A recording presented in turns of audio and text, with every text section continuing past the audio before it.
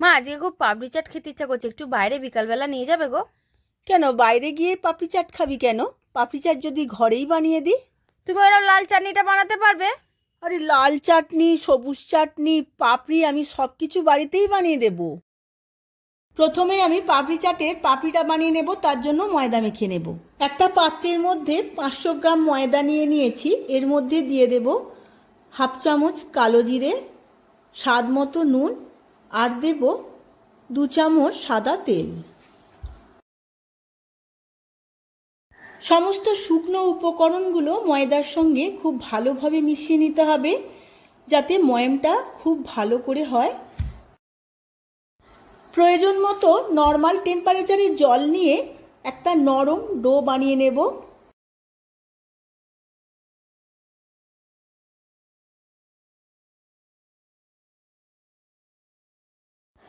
পাপড়ি চাটের জন্য ময়দাটা আমি মেখে নিয়েছি। খুব নরমও না, খুব শক্তও না, একটা ডো বানিয়ে নিয়েছি। এখন আমি 10 মিনিটের জন্য রেস্টে রেখে দেব। ময়দাটা খুব ভালোভাবে সেট হয়ে যাবে। 10 মিনিট রেস্টে রাখার পর ময়দাটা খুব সুন্দরভাবে সেট হয়ে গেছে, খুব নরম হয়েছে। এখন আমি মাঝারি সাইজের 4-5টা লেচি কেটে নেব।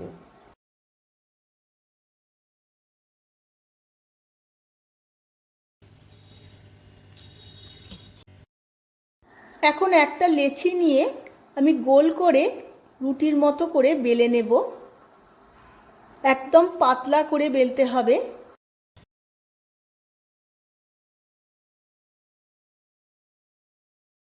খুব পাতলা করে বেলে নিয়েছি, এই রকম থিকনেসটা রেখেছি। এবার আমি একটা কাঁটা দিয়ে ছিদ্র করে নেব, যাতে ভাজার সময় পাপড়িগুলো ফুলে না ওঠে। এখানে আমি একটা শিশির চাপা নিয়ে নিয়েছি প্লাস্টিকের। এইভাবে রুটির মধ্যে বসিয়ে গোল গোল করে কেটে নেব।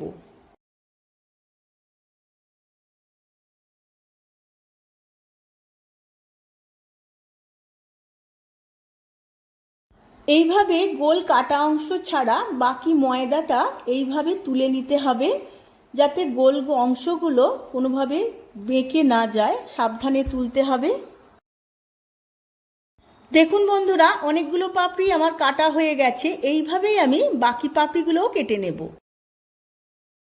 পাপড়িগুলো ভাজার জন্য আমি কড়া বসিয়ে নিয়েছি। কড়ার মধ্যে আমি ডালদা ঘি দিয়েছি।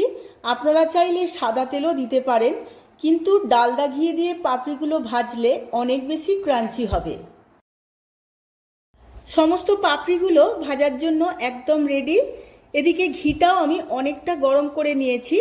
এবার আমি লো ফ্লেম করে দেব। তারপর পাপড়িগুলো একটা একটা করে কড়ার মধ্যে ছেড়ে দেব। লো ফ্লেমে আমি অনেকক্ষণ সময় নিয়ে পাপড়িগুলো ভাজবো। বেশি হাই ফ্লেম করে দিলে পাপড়িগুলো খুব তাড়াতাড়ি লাল হয়ে যাবে, ভেতরে কাঁচা থাকবে।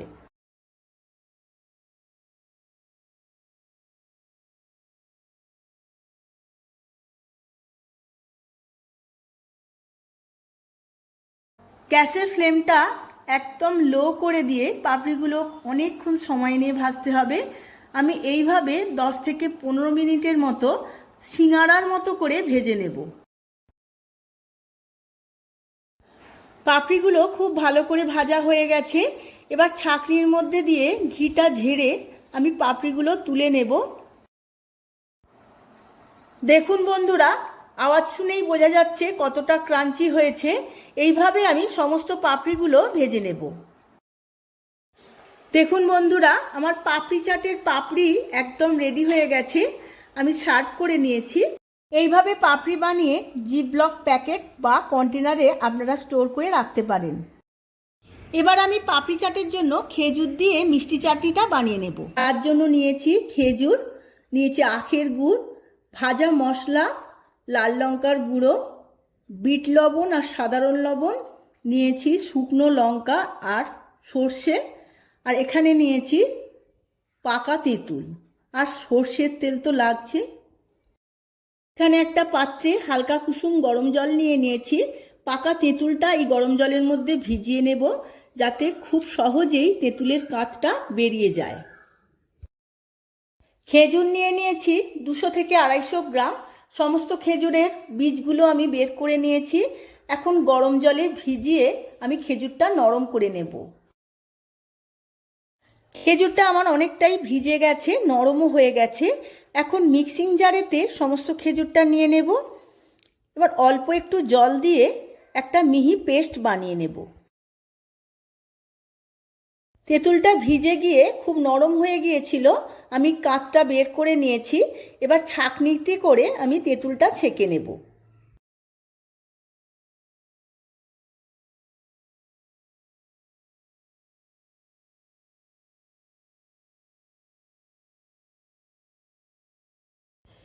তেঁতুলের কাঁচটা আমি ছেঁকে নিয়েছি। এই জলটা আমি পাত্রের মধ্যে রেখেছি, এইটা আমার কাজে লাগবে। বাকি অংশগুলো আমি ফেলে দেব। খেজুরটা আমার মিহি পেস্ট হয়ে গেছে। এবার আমি একটা কড়া বসিয়ে নিয়েছি, এর মধ্যে দিয়ে দেব 1.5 চামচ সর্ষের তেল। এর মধ্যে ফোড়নে দিয়ে দেব একটা শুকনো লঙ্কা আর 1/2 চামচ হলুদ সর্ষে। ফোড়নটা খুব ভালো করে ভাজা হয়ে গেছে। এবার দিয়ে দেব আগে থাকতে ছেঁকে রাখা তেঁতুলের জল।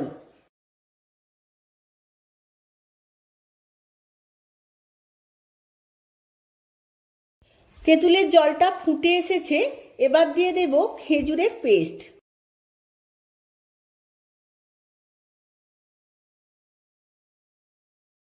এই সমস্ত উপকরণগুলো আমি 10 থেকে 15 মিনিট খুব ভালোভাবে ফুটিয়ে নেব। সামান্য একটু ঘনও হয়ে যাবে। খুব ভালোভাবে ফুটে গেছে। এবার এর মধ্যে দিয়ে দেব 150 থেকে 200 গ্রাম আখের গুড়। আখের গুড় দিয়েও খুব ভালোভাবে মিশিয়ে নেব।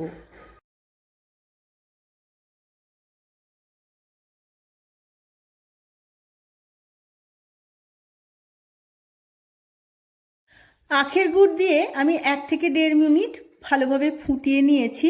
এবার দিয়ে দিয়েছি 1 চামচ রেগুলার নুন আর 1 চামচ বিট নুন। বিট নুন আর রেগুলার নুন ভালোভাবে মিশিয়ে নেব। এবার দিয়ে দেব এর মধ্যে 1 চামচ লাল লঙ্কার গুঁড়ো আর 1/2 চামচ কাশ্মীরি লঙ্কার গুঁড়ো।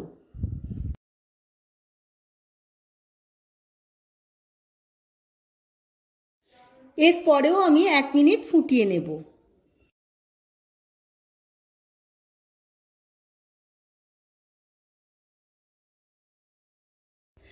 চাটনির কালারটা খুব সুন্দর লাল আনার জন্য অল্প একটু ফুড কালার আমি জলে গুলে নিয়েছিলাম, সেই কালারটা আমি এর মধ্যে দিয়ে দেব।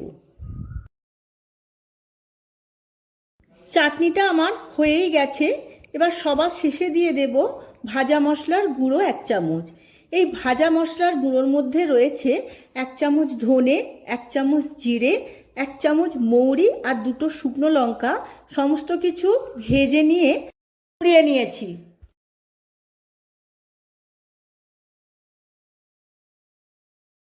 পাপড়ি চাটের চাটনিটা আমার একদম রেডি হয়ে গেছে। গ্যাসের ফ্লেমটা অফ করে দেব। কিছুক্ষণ পরে সার্ভ করে নেব ঠান্ডা করে। আমার খেজুরের মিষ্টি চাটনি রেডি হয়ে গেছে। এইভাবেই আপনারা বানিয়ে কাচের শিশিতে করে অনেক দিন ফ্রিজে রাখতে পারেন, রেখে খেতে পারেন। পাপড়ির চাট বানানোর জন্য এখানে পাপড়ি নিয়েছি। এই পাপড়ির রেসিপি আপনারা ডেসক্রিপশন বক্সে পেয়ে যাবেন। তেঁতুলের কাত, এখানে খেজুরের মিষ্টি চাটনি, এটাও আপনারা ডেসক্রিপশন বক্সে পেয়ে যাবেন। নিয়েছি টক দই, ধনেপাতা কুচোনো, পেঁয়াজ কুচোনো, টমেটো কুচোনো, আর নিয়েছি সিদ্ধ আলু কুচোনো, বাদাম, আর নিয়েছি সেও ভাজা। আর এই ভাজা মশলার লিঙ্ক আপনারা ডেসক্রিপশন বক্সে পেয়ে যাবেন। আর নিয়েছি বিট লবণ আর লাল লঙ্কার গুঁড়ো। এখন আমি পাপড়ির চাটটা বানিয়ে নেব। তার জন্য নিয়ে নিয়েছি একটা বোলের মধ্যে 2 চামচ সিদ্ধ করা আলু কুচোনো, 2 চামচ পেঁয়াজ কুচোনো, 2 চামচ টমেটো কুচোনো, কিছুটা ধনে পাতা, আর এর মধ্যে দিয়ে দেব 2 চামচ মিষ্টি চাটনি, 1 চামচ তেঁতুলের কাঁত। এরপর দিয়ে দেব 2 চামচ ভাজা মশলার গুঁড়ো, আর দেব স্বাদ মতো বিট লবণ, আর সবার শেষে দেব 1/2 চামচ লাল লঙ্কার গুঁড়ো। সমস্ত উপকরণগুলো খুব ভালোভাবে মিশিয়ে নেব। এই পাপড়ি চাটের কিছু কিছু জিনিস আমার ডেসক্রিপশন বক্সে দেওয়া আছে, যেমন মিষ্টি চাটনির রেসিপি, ভাজা মশলা আর পাপড়ি সমস্ত কিছু আমার চ্যানেলেও পেয়ে যাবেন আর ডেসক্রিপশন বক্সের মধ্যেও পেয়ে যাবেন। এবার আমি পাপড়ি চাটটা খুব ভালোভাবে সাজিয়ে নেব একটা প্লেটের মধ্যে। তার জন্য পাপড়িগুলো এইভাবে আমি সাজিয়ে নিয়েছি। 6টা থেকে 7টা পাপড়ি এই প্লেটের মধ্যে আমি নিয়ে নিয়েছি। অনেকেই অনেক রকমভাবে ইনগ্রিডিয়েন্টসগুলো ব্যবহার করে, আমি আমার মতো ব্যবহার করছি। তার মধ্যে প্রথমেই দিয়ে দেব মিষ্টি চাটনি, তারপর দিয়ে দেব আমি যে চাটটা বানিয়ে নিয়েছিলাম সেই চাটটা খুব সুন্দরভাবে সাজিয়ে নেব।